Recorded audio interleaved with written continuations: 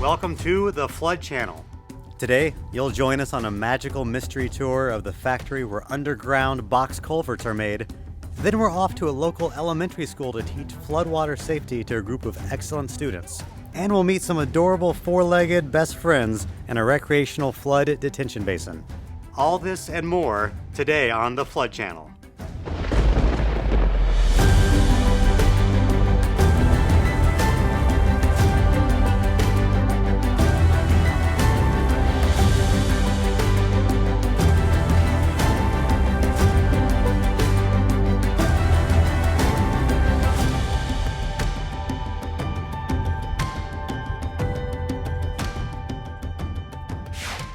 You've seen examples of storm drains here on the Flood Channel and throughout your community.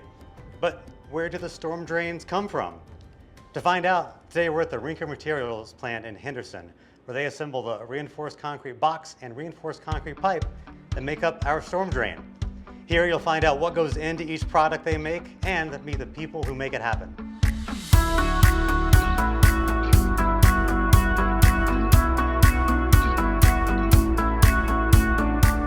Often our engineers prescribe the use of precast culvert boxes to construct these underground water channels. So of course they have to be large enough and strong enough to handle the weights and pressures they face, especially during storm runoff.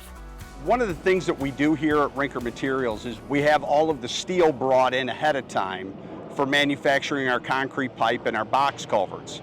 Typically our concrete pipe is manufactured in accordance to the ASTMs that we use. It's kind of like a standard cookbook.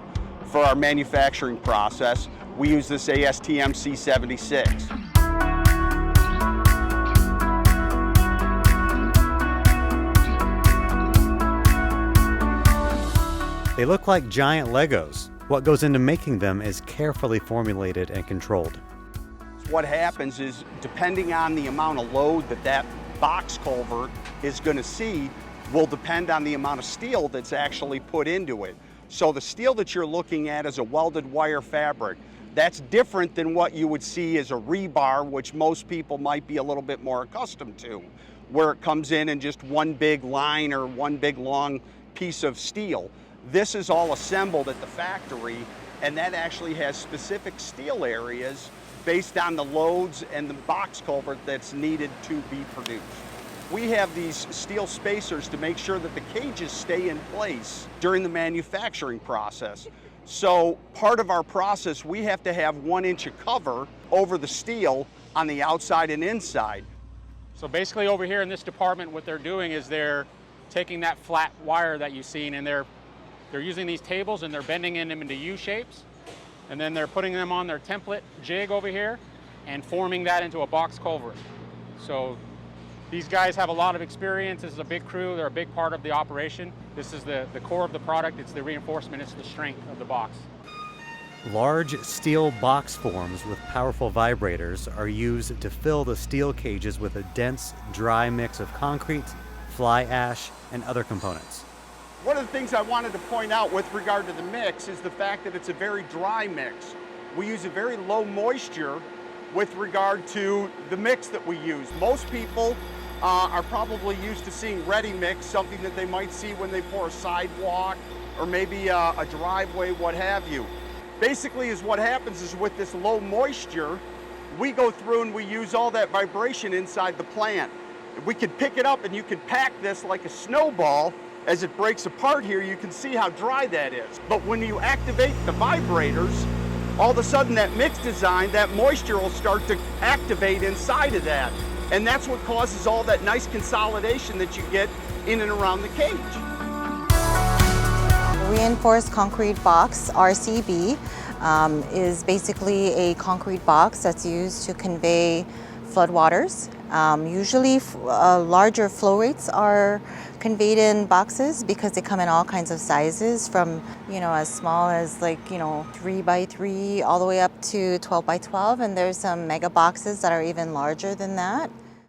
In case you've been wondering, how much does a box that measures 12 feet by 12 by 20 feet actually weigh? That 12 by 12 by 1 is about 8,100 pounds. So if you multiply that out by a 20-foot length, it's about 81 tons or 162,000 pounds. In some projects, a precast box is the perfect answer. A lot of times we use precast box, when we're in roadways because it can be installed quicker than a cast-in-place box. When there's a lot of traffic, or maybe you're impacting a driveway to a commercial development or a residential development, you want to try to get in and out as quick as possible. So a precast box can be placed in the trench relatively quickly versus a cast-in-place where the contractor will have to prepare the bedding for the cast-in-place box, and then they have to form it with wood forms, and then they have to actually pour the concrete and then let it cure. So it just takes more time to build a cast-in-place box than to place a precast box. We like to go with our criteria manual, so the hydrologic criteria design, drainage design manual, and we make sure it aligns with our specs. So whether it be for circular pipes, elliptical pipes, or for reinforced concrete boxes. We also look at our civil design plans with the design engineers, and we make sure that based off of that criteria, we're meeting those specs. In every project, planning, design, and engineering determines how the final construction will fit into the regional flood system. What methods do you use to ensure that our products are meeting the specs and standards? A lot of work goes into it here, specifically and locally in a controlled environment with the raw materials, the steel, they're all going into it. We're a part of the American Concrete Pipe Association, which is a program called QCAST, which requires us to be audited annually. We score amongst the highest plants in the United States with that audit annually. Another thing we do is, especially for the box culverts, our first two pieces, we put those together each and every run and make sure that those joints, that tongue and that groove, are going together the way the specifications require. So we're very big on quality, very proud of what we do here. Even the contents of the floodwaters are considered during the design phase. If the water is dirty, if it has sediment, if it has trash that's traveling, we also look at that in a scour analysis. That also helps us determine, according to our drainage design manual, if we need a certain strength of the concrete, the slope of the invert, or the slope of the bottom of the reinforced concrete pipe or reinforced concrete box. In our desert, storms are infrequent, but they can be furious.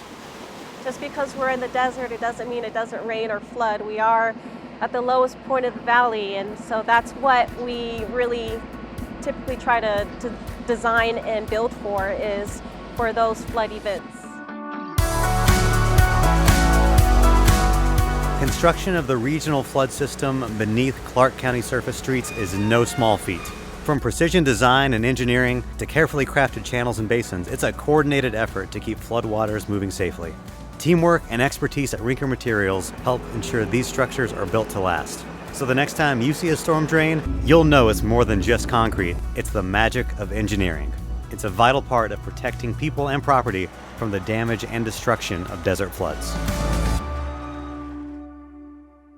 Now it's time for Street Talk, where I quiz unsuspecting Clark County pedestrians on flood control trivia for their chance to win a prize.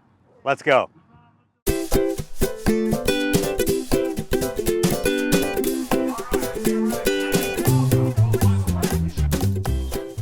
Which process is not part of the water cycle? Not part of the water cycle. Is it A, evaporation, B, formutation? B. Or you're locked in B, you're that confident? It's B. It's evaporation, condensation, then precipitation. Those are the top three. It's B. You're absolutely correct. You just won yourself your tube of world famous lip balm from the regional flood control district. Thanks for playing. What a W. What a W. I love being in high school. Congratulations. The study of effects and distribution of water on the Earth's surface is known as what? A, climatology, B, meteorology, or C, hydrology? C, hydrology. You said C, hydrology. That is correct. You just won yourself a tube of world famous lip balm from the Regional Flood Control District. Thank you. Congratulations. Have a good day. How many detention basins has the Regional Flood Control District built throughout southern Nevada? Is it A, 48, B, 83, or C, 106? Can I phone a friend? You are welcome to phone a friend, yes. That one I don't know. I'm a civil engineer. I should know this. Yeah. 83. The B83. That is incorrect. It is 106. Wow. But that's okay. Yeah. Let's try another question. This is not specific to where we live, but still in the wheelhouse of flood control. Which process is not part of the water cycle? Is it A, evaporation, B, formutation, or C, precipitation? B. You said B, formutation. That is correct. It's not part of the water cycle. That means you win your very own tube of world-famous lip balm from the Regional Flood Control District. Congratulations. Thank you. Thank you. Have a good day.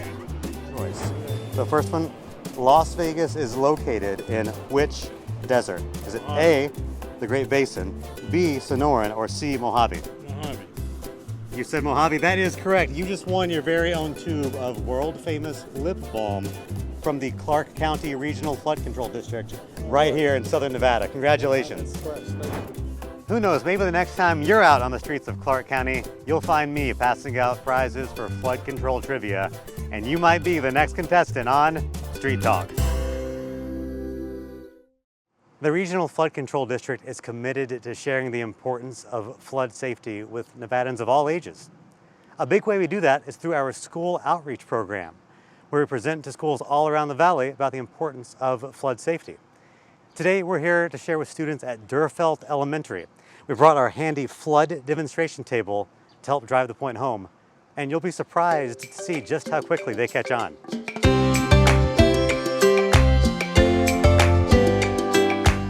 Does anyone remember the connection between you picking up after your pet and this picture? When you leave trash or pet waste on the ground, when we get rain, that water sweeps the nasty stuff into storm drains and channels where it can cause blockages like this. My name is Galen Hales, and I've taught for 36 years. I've been at Durfelt for at least 30 years. The favorite thing I think is the kids see that aha when it comes in, when they think of flash floods. They have no idea what that means. A lot of them didn't grow up here and aren't familiar with it, and they just think it's fun to play in the water. And having this demonstration come into my class, the kids understand the importance of not playing, understand that flood water always wins. And just hearing them talk about it, and when we talk about the flood control and so forth, and they liked the presentation of the new video that they showed. And this last year we talked about careers and women's careers, and for some reason I was nominated for getting a certificate of congressional recognition from one of our senators for encouraging those field trips. They were in awe of the water demonstration, just giving the kids the opportunity to learn about flash floods. And what was the main thing you remember from that flood presentation? To never drive through a flood. Yeah. And what are some of those things that make water so dangerous? One thing that makes flood water dangerous is that they have like sharp objects and dirty water. What was your biggest takeaway, the main thing you remember from that presentation?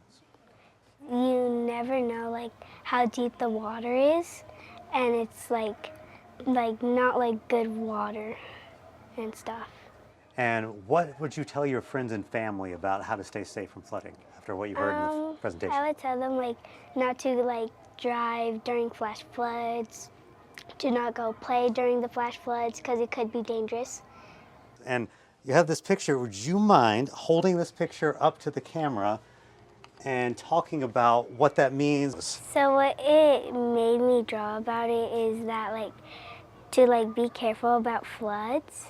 And I also put the water, so it shows the water how it is during the flash flood. And I put the darkness because when it's rainy, it's dark a little. And there's someone in the water. Is that what I see right there? It's the skeleton, Danger. Is that Danger hanging out down there in the storm drain? Well, that's awesome. Thank you for making that and for showing that. But it resonates with them that water always wins. So the kids make connections to that water always wins, no matter how big your dad's truck is or so forth. Can anyone raise their hand and tell me one of the 3 Ds of flood safety? Don't drive in flood water. Exactly right. Don't drive is one. What's another? Flash flood water is dirty.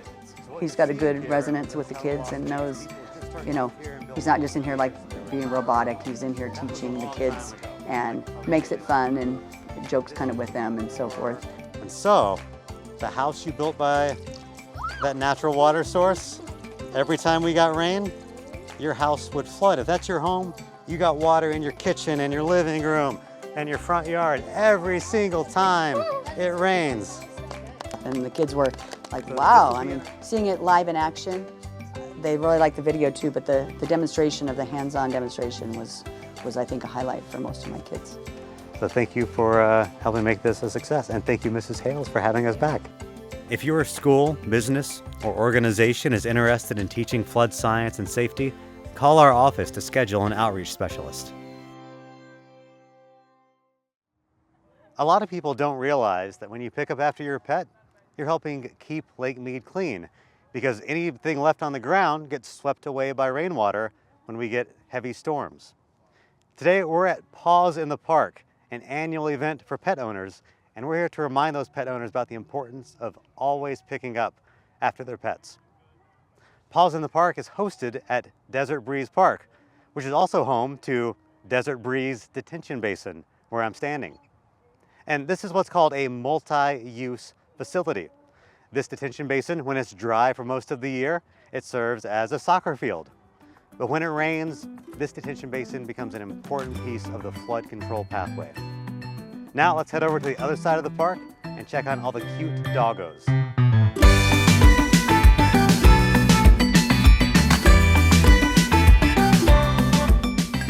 There must have been 1,000 dogs, maybe more, at this year's edition of Paws in the Park. And we had a positively amazing experience at the park. It's an annual free family-friendly event dedicated to celebrating our four-legged friends and companions in support of animal welfare in Clark County. Desert Breeze Park is the location, and it seemed like home to us to come back out to our Desert Breeze detention basin and see all the activity taking place. Regional Flood has several multi-use detention basins that double as locations for community sports, recreation, picnicking, walking and running, and just enjoying the outdoors.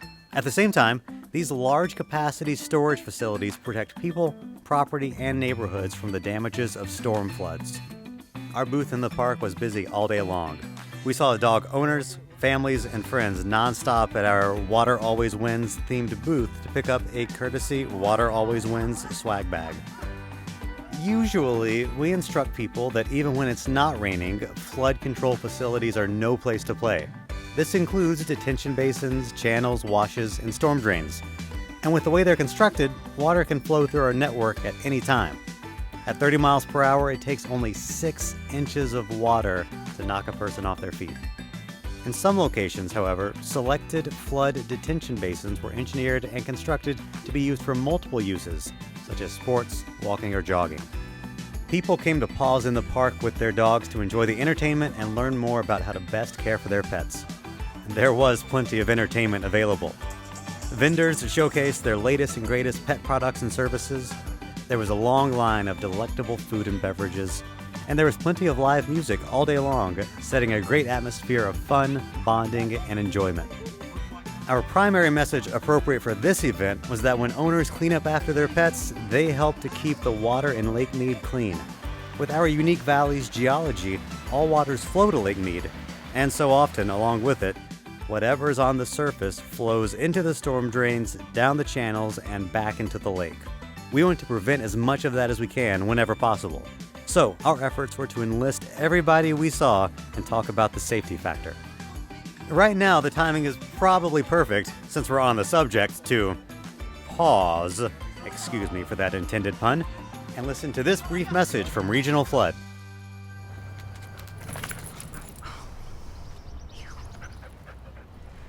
Come on. No.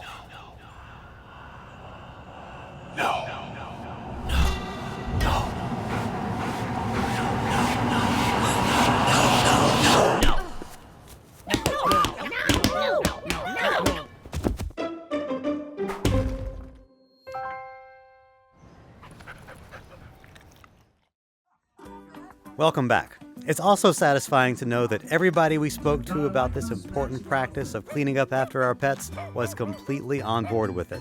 And everybody at the Paws in the Park event was conscientious about their pets' needs throughout the day. The music at the park was pretty much non-stop all day, with a large, full-size stage as the focal center for several events. One of the most enjoyable was the dog and owner look-alike contest.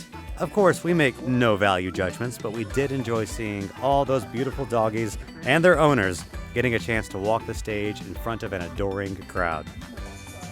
One of the biggest dogs at the event was not a dog at all. Instead, it was a modernized version of a Tyrannosaurus Rex.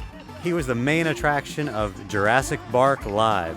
What we saw at the park included a very heartwarming display of kindness toward our furry friends. There were several organizations there who help place rescue pets for adoption and teach kindness and care for pets who have been through hard times.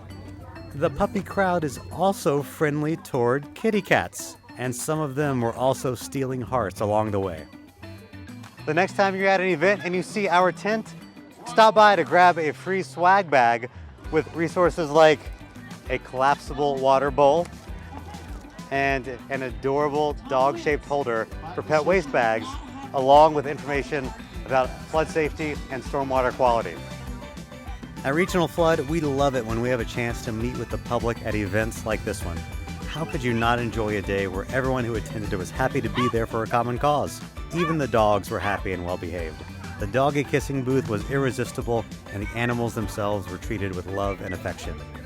The event was a great way for us to meet with the public and teach about how to stay safe from floodwaters. Thanks for joining us at Paws in the Park. Look for us again next year, and thank you for doing your part to help keep our surface rainwater clean and safe. Now here's our Chief Engineer and General Manager, Steve Parrish, with information about tools you can use to view real-time rainfall and weather data, as well as an online flood zone map and other interactive tools, plus updates about flood control projects around the valley.